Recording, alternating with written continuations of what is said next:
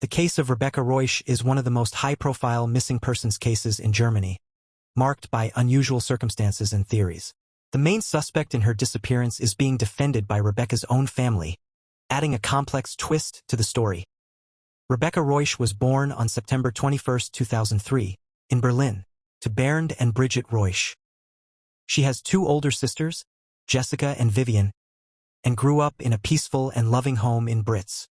At the time of the incident, Rebecca was 15 years old and the only child still living with her parents.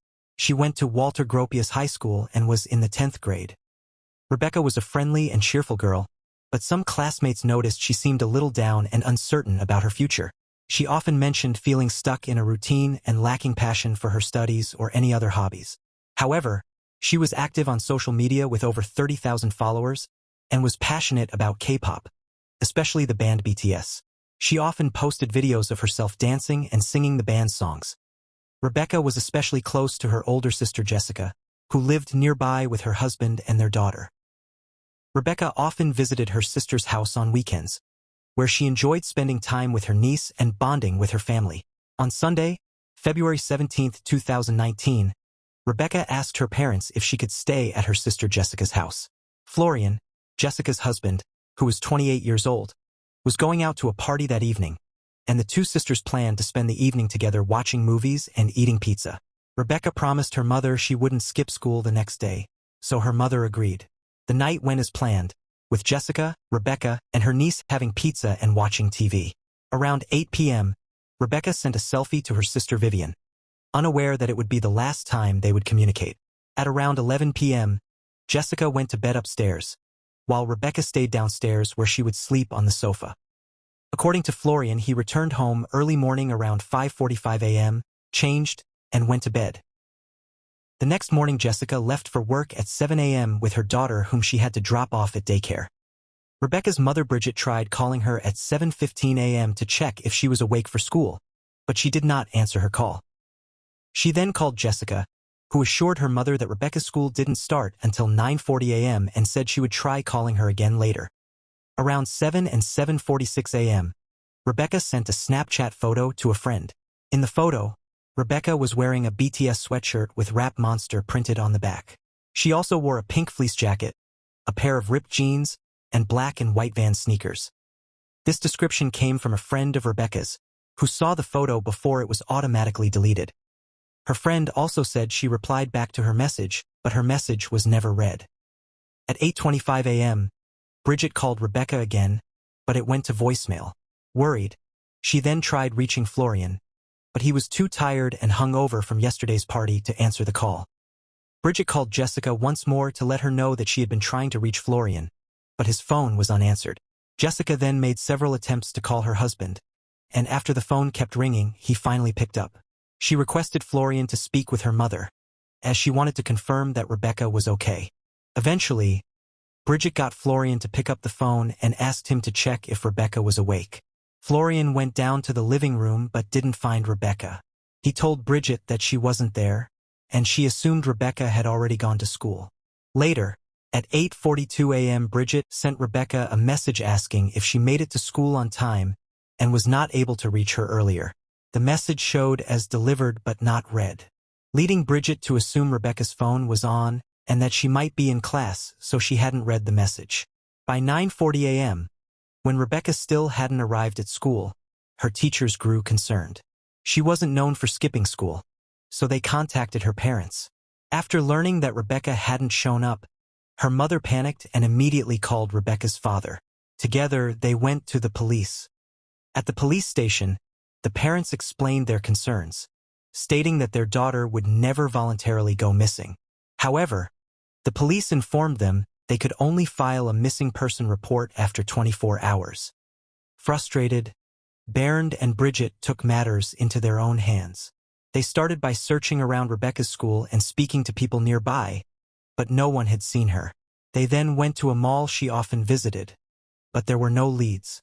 The family also reached out to Rebecca's friends and relatives, but no one knew where she was. That same day, they posted on Facebook, hoping to get the word out. They posted a photo of Rebecca, along with important details to assist anyone who might recognize her. It wasn't until the next day, February 19th, that the police began searching. Meanwhile, the family created flyers and distributed them around Berlin. They were disappointed with the police's delay in beginning the search and upset that the authorities used a filtered photo of Rebecca from her Instagram, despite providing them with multiple pictures. The photo selected by the authorities made her look older and could hinder her identification. On February 21st, German authorities officially reported that Rebecca Reusch was missing. They shared details about her, saying she was carrying a Vans backpack, a pink fleece jacket, a cell phone, a purple blanket, an instant camera, and a BTS sweatshirt.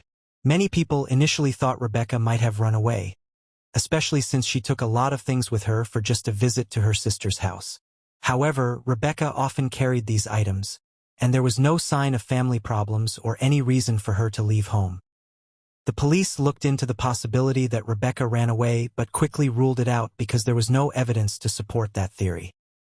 As the case gained attention in the media, a special crime team took over the investigation on February 23rd.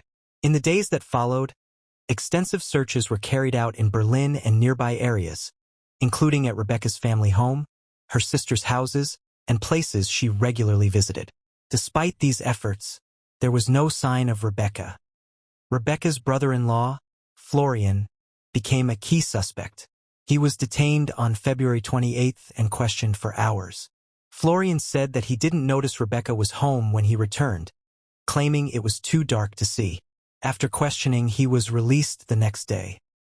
Police speculated that Florian might have returned home drunk and might have taken advantage of her and later disposed of her body. However, Rebecca's family strongly disagreed with this theory, as they believed it made no sense. Florian had been married to Rebecca's sister Jessica for many years, and Rebecca had often stayed at their house without any sign of trouble. The family was confused and upset by the police's theory. Search efforts continued, with helicopters and police dogs to look for any clues, but nothing was found. On March 4th, Florian was arrested again because his earlier statements didn't match the evidence. Florian had told the police earlier that he arrived home around 5:45 a.m. and he was tired after the party.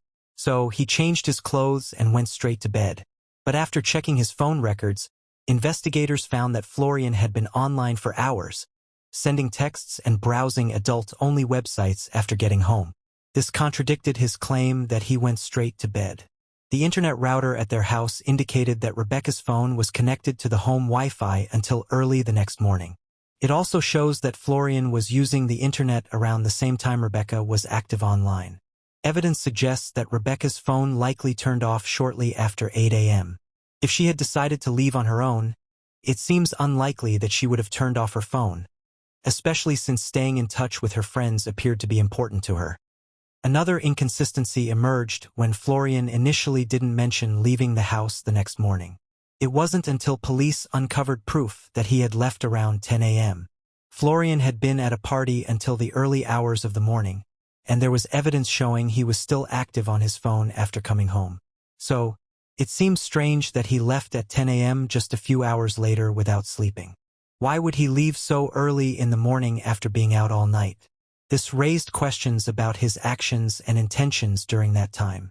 The police believed his lie pointed to the fact that he was hiding something, making him their main suspect in Rebecca's disappearance. On March 6th, Detective Michael Hoffman appeared on a German TV show and asked the public for information. He revealed that Florian had been spotted twice on 2 separate occasions driving a cherry-red Renault Twingo on the A12 highway, which connects Berlin to Poland. The first sighting occurred on the morning of February 18th, the day Rebecca went missing, around 10:40 a.m. He was heading toward Poland. The car was seen again the night of February 19th, at 10:40 p.m., traveling again in the same direction.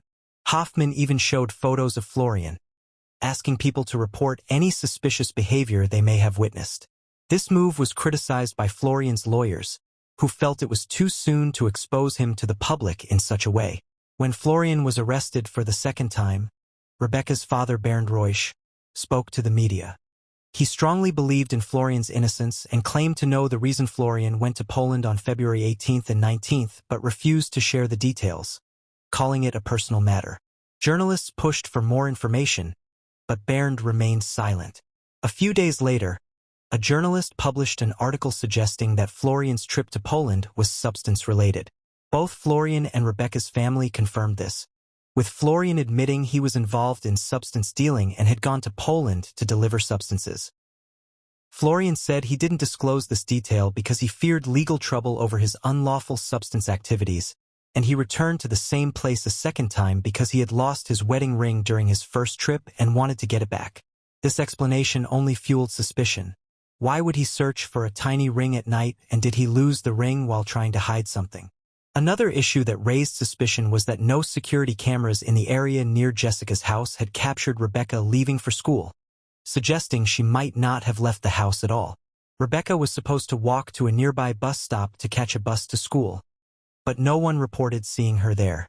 The police theorized that Rebecca never made it to the bus stop. They believe that after Jessica left for work, Florian waited for the opportunity to attack Rebecca. He then allegedly put her in the car and drove towards Poland, where he might have disposed of her body in Poland.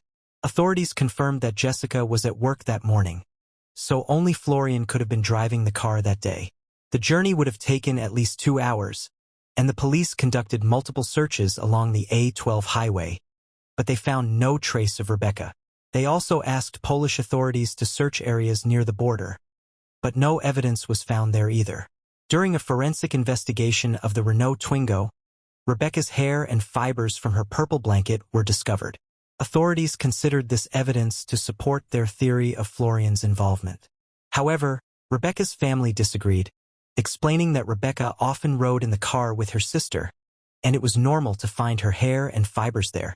They continued to defend Florian, rejecting the idea that he was responsible.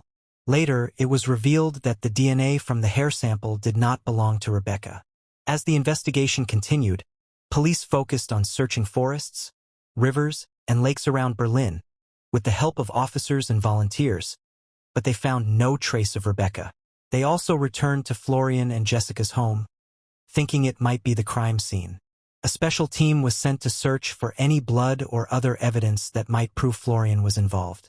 Despite the effort, nothing was found. Florian was released once more due to a lack of direct evidence connecting him to Rebecca's disappearance. The case garnered significant media attention, sparking divided public opinion. Some believed Florian was responsible, while others continued to support him. Despite extensive searches, no clues were found regarding Rebecca's whereabouts. To this day, Florian has remained silent, following his lawyer's advice, and has not made any statements to the media. In addition to Florian, 2 other suspects were investigated. One was a 15-year-old boy named Max, whom Rebecca had met online. Rebecca's family knew she had been in touch with Max for months, and they had even planned to meet. However, the family didn't allow her to meet him as he lived in another city. They suspected Max was an adult pretending to be a teenager. After the police began investigating, they found that Max had deleted all his social media accounts shortly after Rebecca disappeared.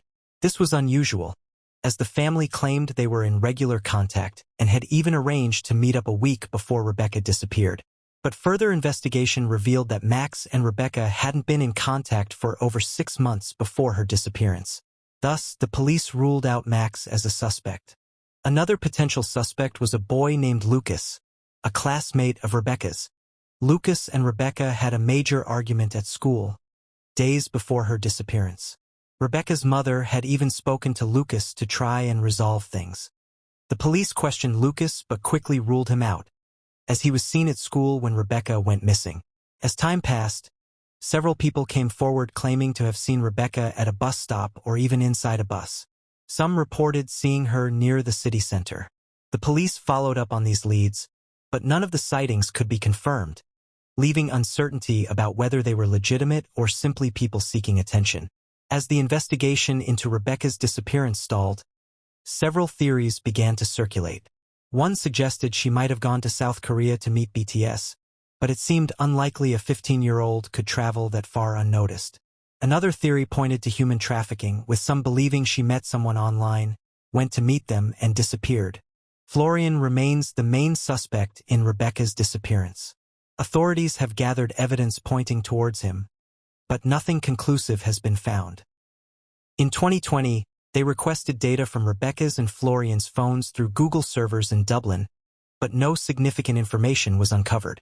In 2023, the police revisited Florian's house to conduct new tests, including looking for items that might have been used to suffocate Rebecca. However, these efforts also failed to provide new clues.